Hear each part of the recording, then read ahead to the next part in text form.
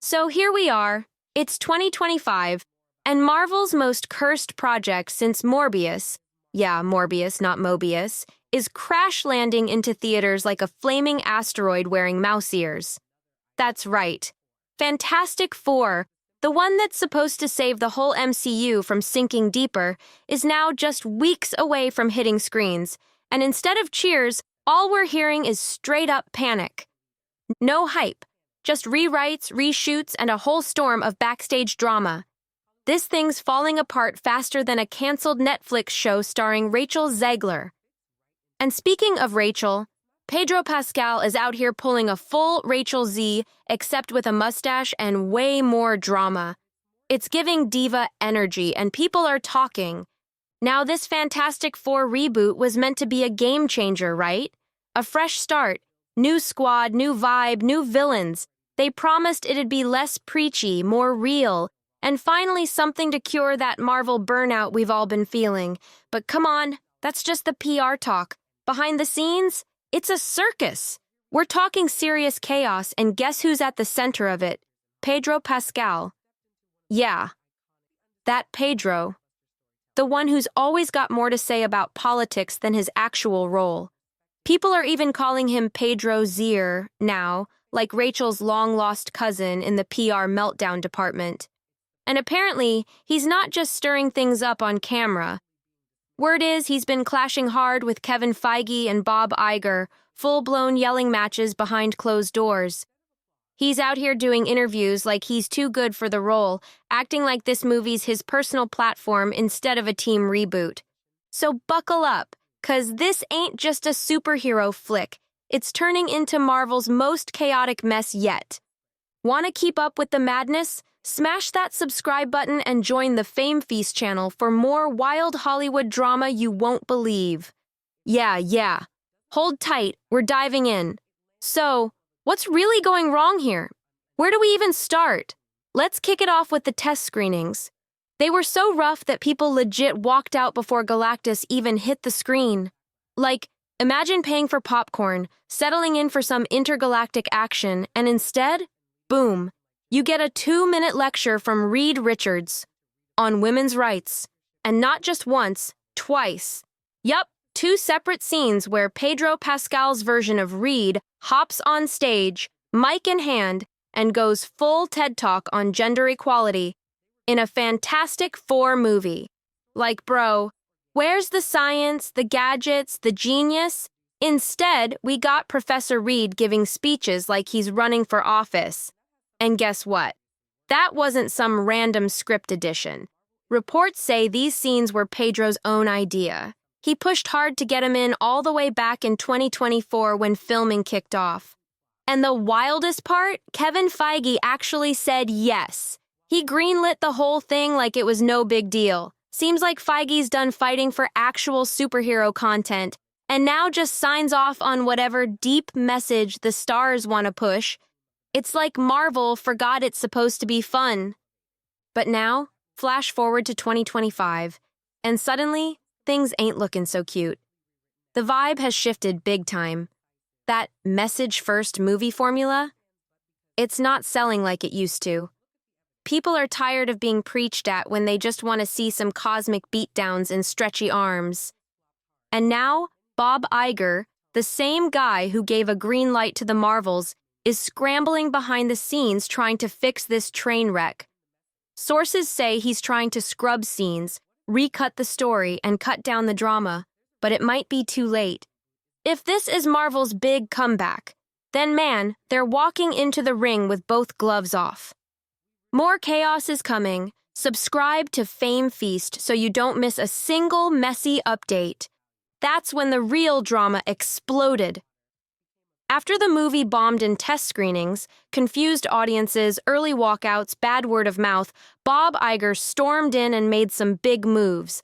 Those women's rights monologues, gone, cut, deleted, scrubbed like they never existed, locked away in a vault so deep, not even Reed Richards could find them.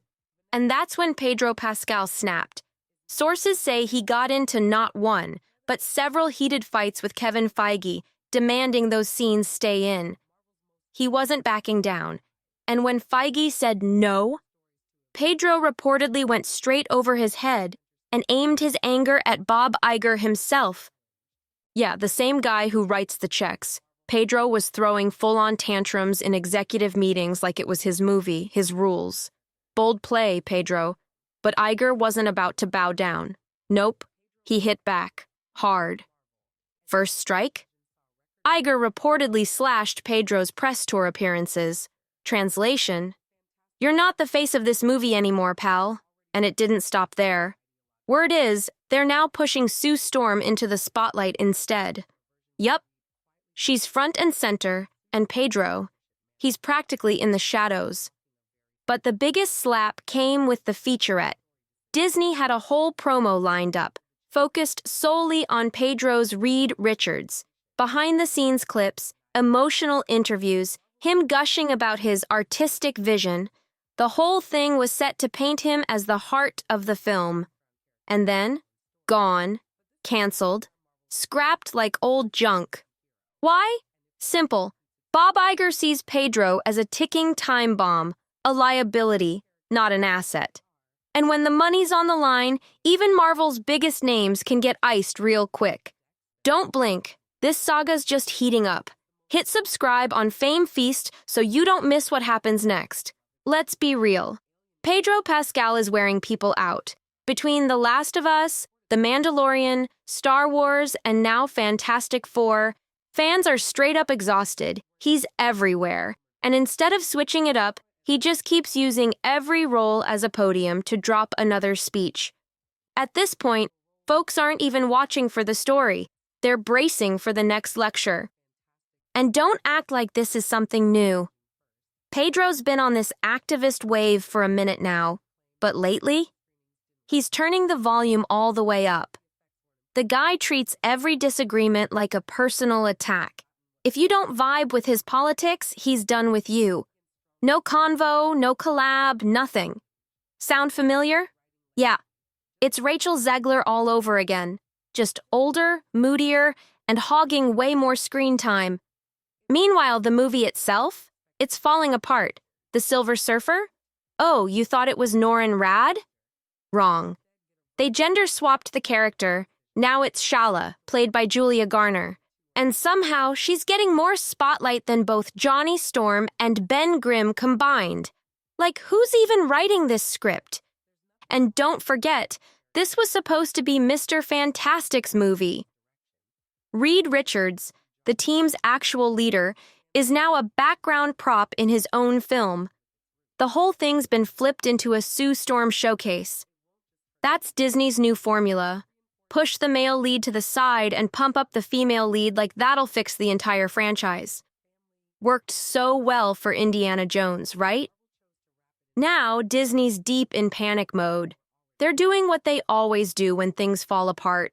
Reshoots, last-minute rewrites, entire scenes getting cut and swapped like puzzle pieces that don't fit. Test screenings are happening on repeat, and it's all just a bandage over a sinking ship. And just when you think it couldn't get worse, boom. James Gunn's Superman is now dropping 2 weeks before Fantastic Four. And guess what? It's already winning. More buzz, better pre-sales, and fans are way more hyped, even though the Superman cast is filled with names nobody even knows. People would rather roll the dice on a new Man of Steel with a weird tone than sit through Pedro Pascal giving speeches about feminism while Galactus stands in the back like a forgotten extra. And Disney? Yeah, they know they're in trouble. Stay locked in, subscribe to Fame Feast for more tea that's too wild to make up. And that's exactly why Disney's panicking, fast-tracking ticket sales, flooding the market with merch, and trying to distract fans with shiny extras. They're even slapping an $80 price tag on a popcorn bucket shaped like Galactus's helmet. $80 for a bucket, because nothing screams, "We believe in our movie," like desperately banking on overpriced collectibles to save opening weekend. Let's not sugarcoat it. This is Disney's last real shot at finally getting the Fantastic Four right. They botched it in 2005, fumbled it again in 2007, and then completely nuked it in 2015. Now, this is supposed to be their epic comeback, and instead, they've delivered a chaotic, controversy-soaked, Sue-Storm-centered mess. And while the ship sinks, Pedro Pascal is still out here stirring the pot, still posting, still politicking, still running interviews like it's a campaign trail instead of a press tour. It's gotten so bad, insiders say Marvel's own PR teams are trying to keep him on a leash, limiting his exposure just to stop the bleeding. That's right, they're trying to hide their own star to keep the drama from getting worse. We're watching this movie spiral into another disaster live. It's giving serious Snow White 2024 vibes, another flick that drowned in its own controversy before it even hit theaters. So here's the real question. Is Marvel finally gonna get the message? Are they gonna realize that fans don't want preachy monologues and soapbox superheroes? People came for powers, not politics. For characters, not mouthpieces. For escape, not lectures. Because if they don't wake up, this could be it. The final nail. Not just for Fantastic Four, but for whatever little spark the MCU has left. After the Marvels, Eternals, and Quantumania, the bar's already underground. Stick with Fame Feast, because this fall from grace is just getting started. And just when you thought it couldn't spiral further, guess what? Insiders are whispering about a massive internal shakeup over at Marvel Studios. Word is, certain execs are pointing fingers, shifting blame, and quietly preparing exit strategies. Some are even calling this the beginning of the end for Marvel's golden age. The studio once ran like a machine, every phase locked in, actors on board, stories connected. Now, it's all scrambling and second-guessing. No clear vision, no solid leadership, and too many cooks in the kitchen. Kevin Feige, once the mastermind behind Marvel's dominance, is now stuck playing referee between entitled actors and nervous Disney execs. And the vibes on set? Reportedly tense. People walking on eggshells, cast and crew unsure if today's scene will make the final cut or be wiped in tomorrow's emergency rewrite. The environment's so unstable that one insider described it as filming with a timer strapped to the camera. Brutal. Meanwhile, Julia Garner, who plays the gender-swapped Silver Surfer, is allegedly feeling the pressure too. She signed on thinking it would be a breakout Marvel role, but now she's caught in the middle of a PR nightmare. Some fans are praising the casting choice, others are slamming it, and the online firestorm won't let up. She's basically trapped in a no-win situation. And guess who's quietly getting more attention while all this chaos unfolds? Sue Storm. That's right. Early promo leaks suggest Disney might push her as the new face of the franchise moving forward. If the Fantastic Four tanks, they're hoping to salvage at least one character to spin off into something else. That's the backup plan, just in case the main film crashes and burns. At this point, the movie feels less like a superhero comeback and more like a ticking time bomb. And the fans? They're watching closely, popcorn in hand, just not in an $80 Galactus bucket. Stay tuned to Fame Feast, because the next chapter in this Marvel Meltdown is coming fast, and it's gonna be wild. Now here's where things get even messier. Leaks are swirling that Marvel's top brass is secretly holding emergency meetings, not about how to save Fantastic Four, but how to distance the entire MCU from it before the damage spreads. That's right, before the film even drops, the studio's already in damage control mode, trying to keep the fallout from sinking everything else. Apparently, Disney is planning to quietly bury any future references to this version of the Fantastic Four if it flops. No sequels, no cameos, no crossover setups. Just a one-and-done deal, like they're trying to erase it from continuity before the fans do it for them. And if that happens, that's a huge blow to Marvel's long-term plans. Why? Because Fantastic Four was supposed to be the MCU's new backbone. A fresh start after the chaos of Phase 4 and 5.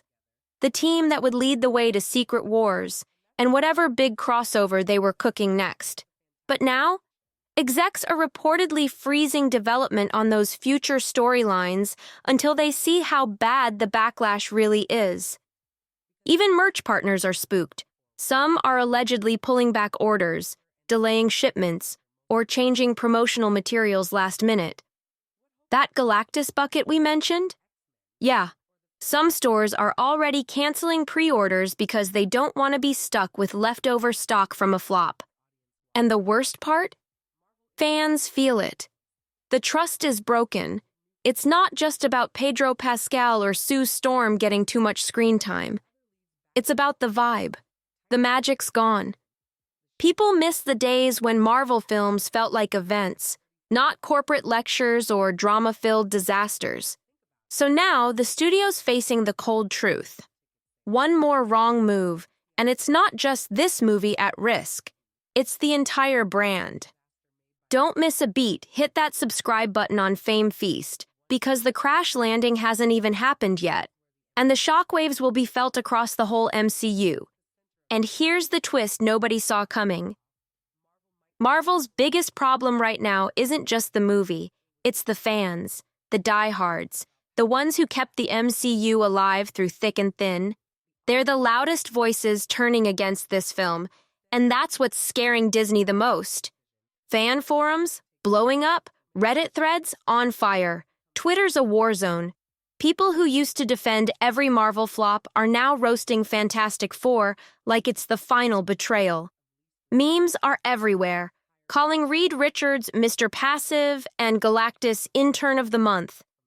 Even longtime MCU YouTubers are jumping ship, dropping breakdowns with titles like The Death of Marvel and Why I'm Skipping Fantastic Four. And here's the thing, it's not just the usual anti-woke crowd anymore. It's middle-of-the-road fans, casual viewers, even people who were hyped when this reboot was first announced. They're saying, enough is enough. No more politics in capes, no more fake hype. Just give us a good story. But what's Marvel doing in response? Instead of listening, they're going full PR spin. Insider reports say the studio's prepping talking points for the cast. Stuff like, this is the most grounded Fantastic Four ever, and it's a character-driven story about family. But fans already know the playbook. They've seen it before, and they're not buying it. And while Marvel's trying to plug holes in the ship, James Gunn's Superman is out here gaining steam like a runaway train. Leaks, set photos, teaser drops. It's got the buzz Fantastic Four was supposed to have. That movie's playing offense while Marvel's stuck on defense, scrambling to survive. So now we're all just waiting to see if Marvel crashes into the ground or somehow pulls off a miracle in the final hour. Stay locked in with Fame Feast, because when opening night hits, the internet is gonna explode, and you'll want front row seats for the chaos. We're not just watching a studio stumble, we're watching Marvel spiral from a billion-dollar empire to straight-up bargain bin status. From blockbuster legends to looking like Netflix leftovers, all because they forgot the one thing that made it all work: the story. Instead of building heroes, they started chasing trends. Instead of heart, we got hashtags. Pedro Pascal as Mr. Fantastic? At first, it sounded bold. Now, it's looking like one of the worst casting moves since they bet a whole trilogy on Brie Larson. Yeah, it's that bad. So now the question is, what do you think? Is Pedro Pascal officially the male version of Rachel Zegler? Is Disney finally waking up? Or are we charging full speed into another flashy billion-dollar bomb dressed up as a superhero film? Drop your take in the comments, smash that like button, and if you're hooked on the madness unraveling in real time, stick with Fame Feast for all the breakdowns. Because the clown show? Oh, it's not slowing down, it's accelerating. Every week brings a new meltdown. Another PR crisis, another actor going rogue and dragging their own franchise into the dirt. This isn't just about movies anymore. This is full-blown industry self-destruction, wrapped in spandex and sold at premium prices. It's chaos with a billion-dollar budget, and the studios are still hitting repeat, so don't blink, because you'll miss another disaster headline.